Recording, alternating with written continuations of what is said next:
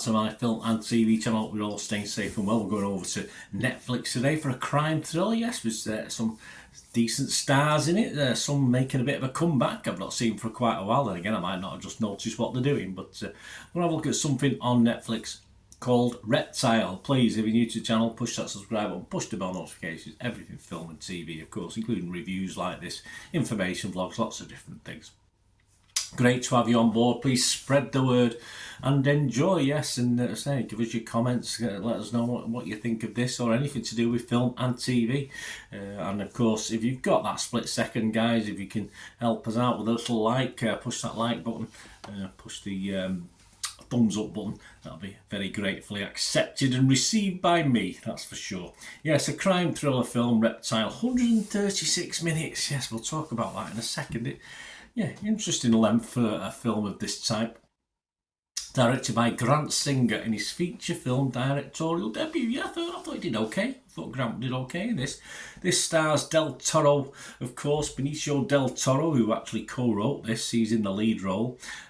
Good performance. Alongside, well, yes, the sort of one-dimensional performances, but I like to see him, of Justin Timberlake, Alicia Silverstone, wonderful, Eric Bogosian, Atto Asando, Dominic Lombardozzi, they're testing me here, aren't they? And Michael Pitt, that's a bit easy, Michael Pitt. This was released in the US and more or less nationwide, very closely followed nationwide. Select theatres, yes, just for a little week, 22nd of September, before streaming on Netflix from the 29th of September. And this is being recorded on the 1st of October 2023, about 2 p.m. UK time. So any comments and thoughts and scores I give or is at that moment in time. What's it about? Well, following the brutal murder of a young real estate agent, a hardened detective attempts to uncover the truth in a case where nothing is as it seems, and by doing so dismantles the illusions in his home life. Yes, got a personal problem. What policeman doesn't have personal problems? Who knows? The critic scores, yes, Rotten Tomatoes, only a 43% positivity. That's not great, is it? 53 critics, 23 fresh, but 30 rotten. An average rating of just 5.4 out of 10. The consensus reads, strong work from Benicio Del Toro and Alicia Silverstone isn't enough to make up for Reptile's convoluted and ultimately underwhelming story. Yes, I can't really disagree too much with that consensus, so it's probably part of my consensus as well. Metacritic, the other site we'll look at, give the film 54 out of 100, so very similar, based on a few less critics, 19 critics, and it got 7 positive, 12 mixed, but no negative, so not to say it's not a total washout, total write-off, this one. And that brings me on to what the public are thinking and what I'm, as a member of the public, am thinking as well. I'll give you the public scores in a moment. It's not a bad film, this. For most part, it was interesting. But by the end, it didn't really add up to that much at all. And it was a little underwhelming for me, which was a shame after a good first half of the film, which I did thoroughly enjoy. There's some subplots and threads of stories that are not particularly concluded fully, or to my satisfaction anyway. And there was some that were finished far too abruptly, yeah, including the actual payoff of the film, if you like, the main thing that we're all watching and what it was all about. It just seemed all a little rushed to me, which is, in a film over 2 hours, is a bit strange. But that was the problem. And I think 136 minutes, although too long for a film, this did have a series feel to it, a mini 4, 5, 6 episode series feel to it, and I think that's the problem, where they've obviously tried to put this into a film, but I think all the different little threads and little subplots, etc.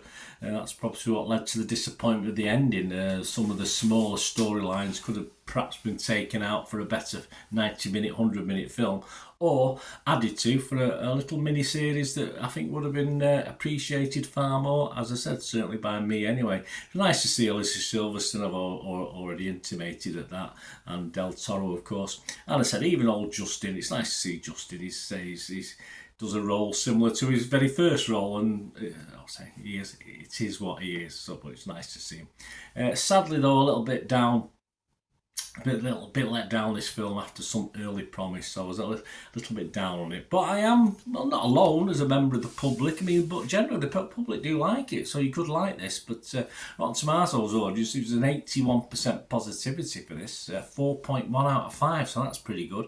And Internet Movie Database themselves, yeah, almost 7,000 scores and reviews have been left, and it's getting a very healthy 6.9 out of 10. So I am bucking the trend, and I do appreciate a lot of this film was very good. As I said, I thought the first half was terrific, but I just thought as a series it would have been excellent. As a film extended to over 2 hours, it just didn't give me enough, unfortunately. But not a total disaster, as I said, not a total washout.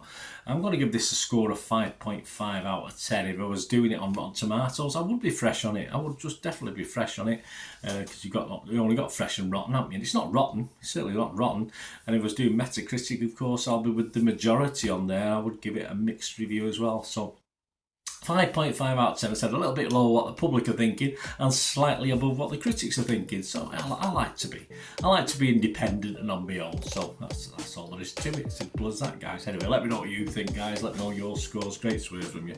Hope you enjoyed that, and hopefully I'll see you all again very, very soon. Until we do, all I ever ask is please stay safe, everyone. Bye for now.